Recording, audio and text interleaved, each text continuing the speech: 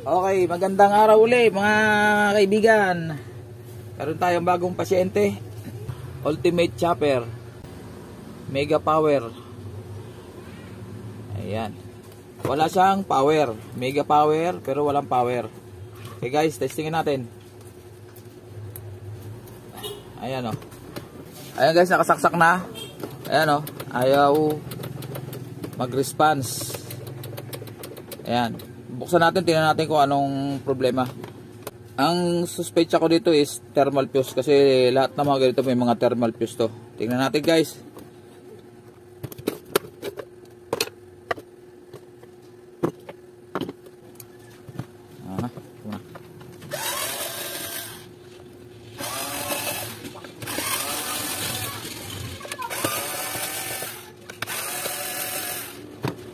Kung thermal fuse to, madali lang ito gawin guys.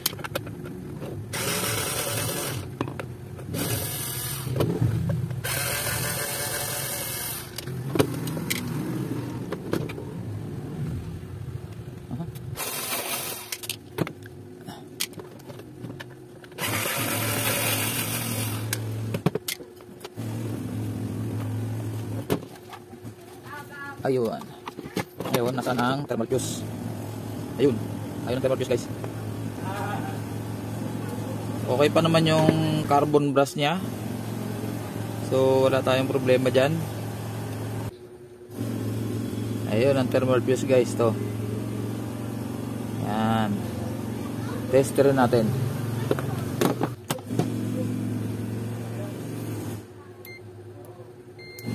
Ayun. Tester. Ayun, walang response guys. Ayun o.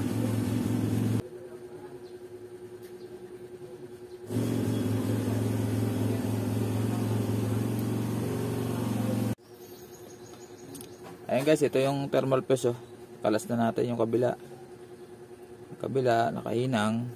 Tanggalin lang natin. Wait lang guys. Painitin natin ang ating panghinang.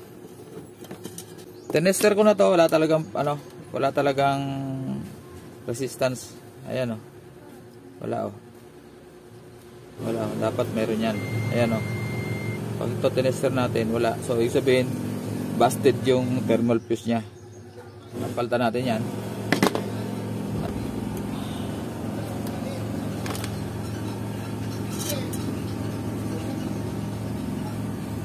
Yan na guys, maingay dito dahil may naghuhukay na naman yung nawasa. Naghuhukay na naman yung dadaloy ang ginhawa habang buhay. Guys. Ayan. Wala talaga. Ayan. Putok talaga. Ngayon, ang value. Hanggat maaari guys, masunod natin yung tamang value. Kung ano yung nakalagay, yun ang ipapalit natin. Ito mahaba siya pero 3 amperes 115 degrees Celsius. Meron tayo niyan. Guys, ito yung tinanggal ko. Kaya ako pinapakita guys kasi hindi po pwedeng ibang value ilalagay natin. Ayan o. Ayun. 115 degrees Celsius saka 3 amperes 250 volts. Yan. Ito yung sira. Ito naman yung ipapalit natin na thermal fuse. Iba lang kulay guys pero same value lang yan. Pwede yan. Yan. Malabo rin ah. Ayun. Ayan guys. Yan. 115 degrees Celsius 3 amperes. Okay, kabit na natin. Ang pagkakabit ng thermal fuse kailangan nakadikit sa winding. Para pag uminit yung motor, mag-overheat, masisense ng fuse, siya ang bibigay. Magkakat siya, wala nang papasok na kuryente. Guys, so ayusin lang natin kung paano ang tamang paglagay. Ang importante, nakahinang siya. Yan. Testerin natin uli. Medyo napatagal yung babad natin sa hinang. Ayun. Tumunog guys. Pag maghihinang tayo ng ganito hanggat mare, mabilisan lang ang paghinang or hawakan natin to, yung pinaka-fuse mismo, ceramic, hawakan natin yan para kung sakali mang uminit, mapapalamig siya ng ating daliri. Pag nakahawak tayo ng ganyan, hindi na absorb ng yung buong init. Kasi puputok yan guys, sayang yung trabaho. Ngayon, ididikit, gawin natin ng para na maidikit dito sa patay ng long nose. Tapos ganyan, tatali natin sila dito. Yan. Tapos hinang. Ayun, okay na yan. Tester uli para sure lang na buo yung fuse. Ayun. Ayun guys, tumunog na. Kanina 'di ba wala yung luma. Ayan. Tapos cutter. Tapos babalutan natin yan. Balutan natin yan. Gamitan natin na strap to. Lagyan din natin to. Ito. Yan. Tapos tatali natin dyan. Masyadong mahaba.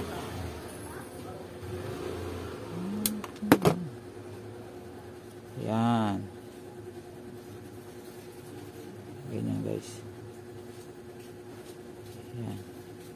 Pag masyadong nakadikit tong sa winding, ito lang, yung fuse lang mismo.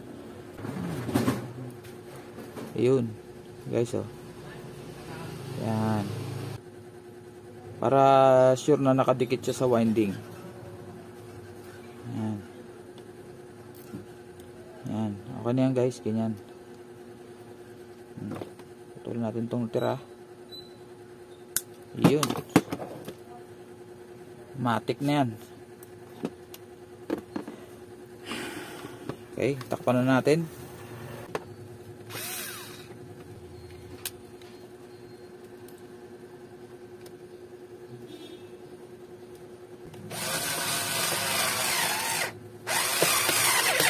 Ayun.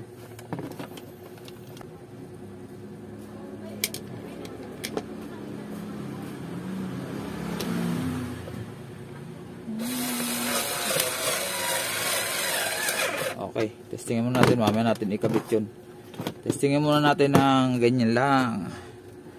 Pero hindi yan iikot pag hindi nakakabit to, kasi ito yung tumatama dun sa switch.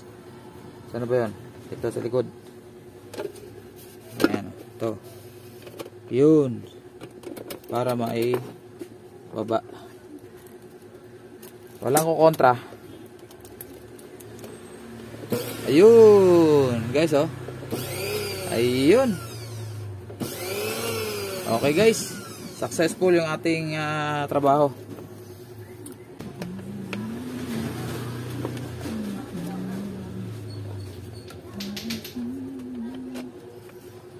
Ayun. Ayun, tapos ito unahin natin.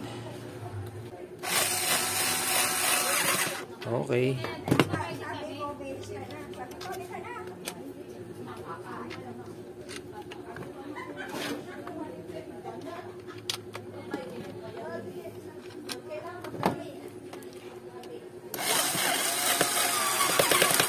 Okay.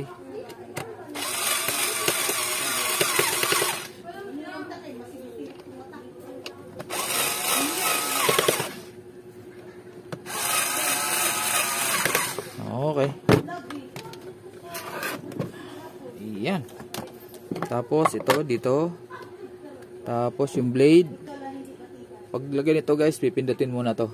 Naka-snap lang siya eh. Ganyan. Tapos yun, nakalak na. Hindi na matatanggal yan. Ayun, matutuwa na si customer guys. On. Saksak uli. Saksak natin. Yan. Yun. Yun, oh.